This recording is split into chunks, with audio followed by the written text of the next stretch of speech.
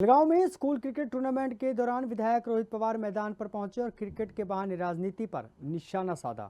Match के बाद media से बातचीत में उन्होंने कहा कि राजनीति के मैदान में गुगली, स्पिन और स्पेस से निपटना जरूरी है, लेकिन गावठी शॉट और यानी ओछे बयान से बचना जरूरी है। उन्होंने मराठी मीडिया को अपना कोच बताया और कहा कि उन्होंने हमेशा सवालों के जवाब देने की कोशिश की, जिससे विवादों से बचे रहे।